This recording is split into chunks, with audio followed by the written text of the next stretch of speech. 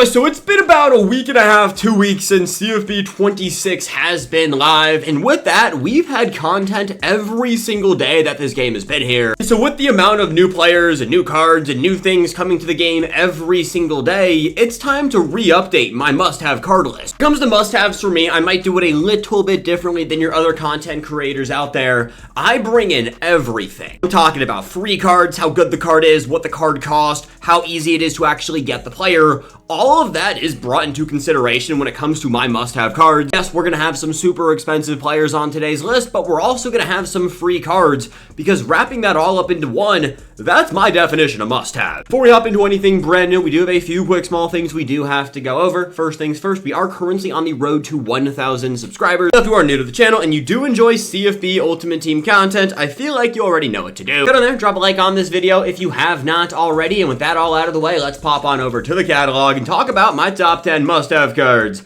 in CFB 26 Ultimate Team. As a reminder for those who don't follow me over on the Madden side of things, or this is your first cut must-have video, these aren't in any specific order. It's just 10 cards I think you need to have on your team. And number one, pretty sure he was here last week, it's going to be AJ Harris. Now, if you do the Tower Solo challenges, which by the way, absolutely terrible, I 100% understand that. Pretty sure AJ Harris is an 86 overall now. I guess that's kind of cool. I wish EA would have told us that would have been a thing, so I might have actually held off on getting him done.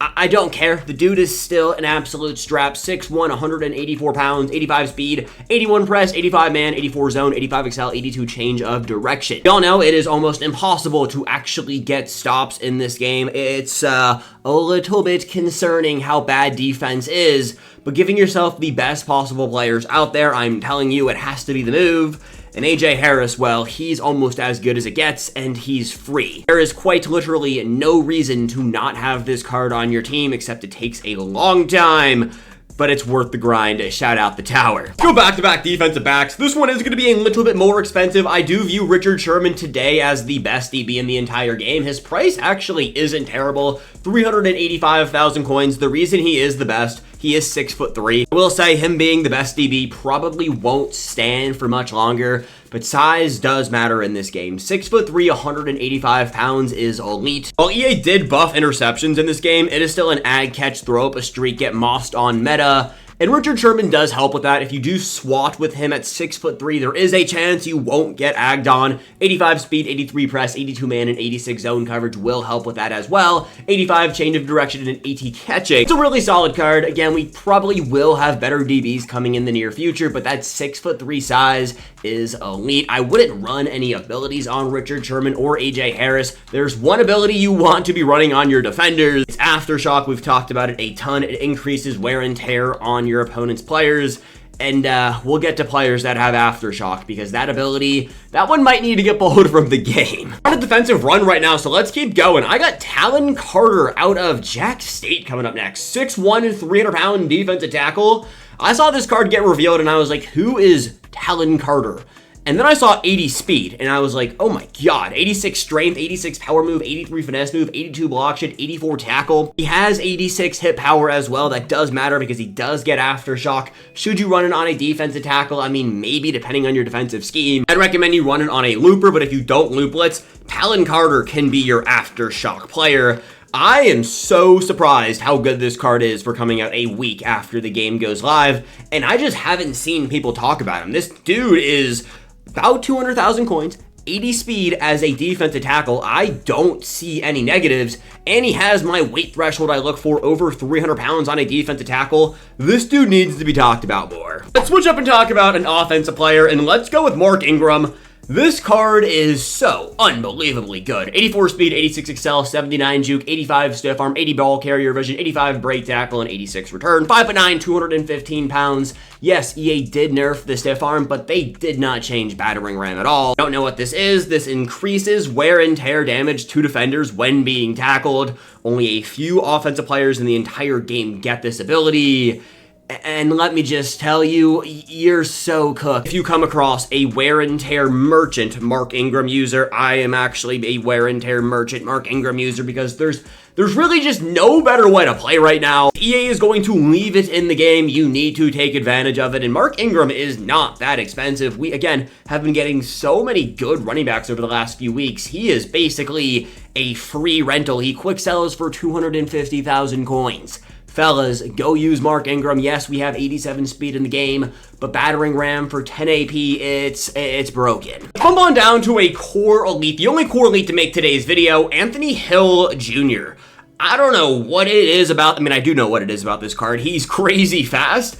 And he's only going for 228,000 coins as your Mike middle linebacker. That is exactly what you are looking for. 6'3", 237. He's also 6'3", 237 pounds, so he's not going to be the clunkiest dude out there. But that 84 speed, 85 tackle, 77 man, 83 zone, 82 pursuit, 83 excel. I'm telling you guys, there is something special about Anthony Hill. This dude is an absolute monster on the defensive side of things. You guys know me though, I'm not a big fan of core elites. They don't get any abilities, but I wanted to include Anthony Hill because I'm telling you, this dude is so unbelievably good. Best tight end in the game is easily Rob Gronkowski for a few reasons. One, 6'6", 264 pounds, so he is an ag catch monster. 83 speed, 83 catching, 85 short, 85 medium is actually really respectable.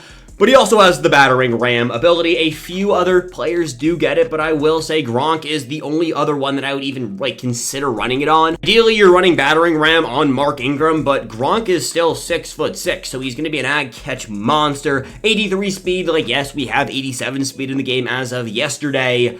But I still don't care. 6'6", 264. He is only going to get cheaper in price as well. So if you're looking for a new tight end for about 200,000 coins, fellas, I'm telling you, go pick up Gronk. I would actually wait until Sunday to go buy Gronkowski. And an overall increase this week, which by the way, I still don't know what EA thought they were cooking with that.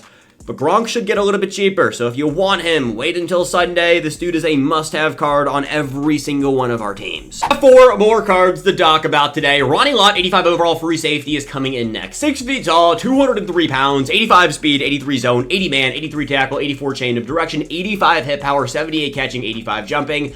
I've talked about this Ronnie Lott card a few times over the last few days because he is one of the better loopers we have in the game. If you run the loop blitz, this is who you want to have aftershock on. Your opponent's quarterback will be in shambles. Most people don't have a backup quarterback. Well, if you don't have a backup quarterback in one, make sure you actually have at least an 80 overall. There's a Deuce Knight in the game. Just go pick him up. He's like 12,000 coins because if you are getting aftershocked and wear and tear to the ground, specifically by Ronnie Lott as a looper, you are going to want to have somebody in back there. And if you're not using Ronnie Lott, if you do loop blitz, I don't know what to tell you. Even if you don't loop blitz and you just want to have Ronnie Lott back there in a deep blue, defense is kind of non-existent in this game, but he does have the stats in theory to actually be good back there. He's 111,000 coins. This is one of the cheaper cards we will talk about today.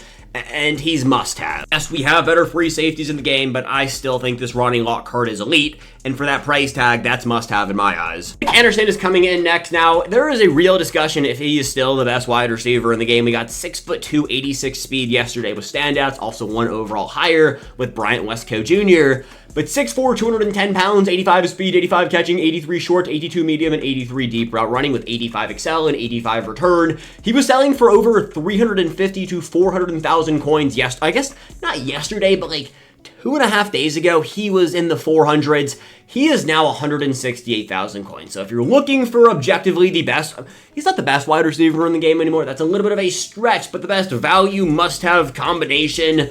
There really is no reason to not have Nick Anderson, especially at this price tag. I'm actually about to buy him right here. I thought he was still in the 200s. He is in the 170s. Go get Nick Anderson. You'll thank me later. Luke Kuechly at number 9, 87 overall. He is going to be the most expensive player we talk about today, but I still think this card is elite. Taking a look right here, for about 490 to 500,000 coins, you can get the best Mike middle linebacker in the entire game. 85 speed, 87 tackle, 81 man, 84 zone, 87 pursuit, and 84 excel. Talked about Anthony Hill. He's essentially a budget tier option of Luke Kuechly. Kuechly is going to fly around your field. We all know how hard it is to get stops in this game, so giving yourself yourself the best possible chance with, in my opinion, the best middle linebacker, best user we have in the game, it's going to be a requirement. And last but certainly not least, I'm going to go with Rabbit Evans, free safety from the name of the game promo. 86 speed, 86 zone, 82 man, 86 jump, 85 pursuit, 6'1", 197 pounds. EA has not been giving us a ton of strong safeties. We have a ton of free safeties. We just talked about Ronnie Lott. Yes, we do have an LTD dropping today, but you can run a free safety at strong safety. Let's say you have Ronnie Lott currently at your strong safety.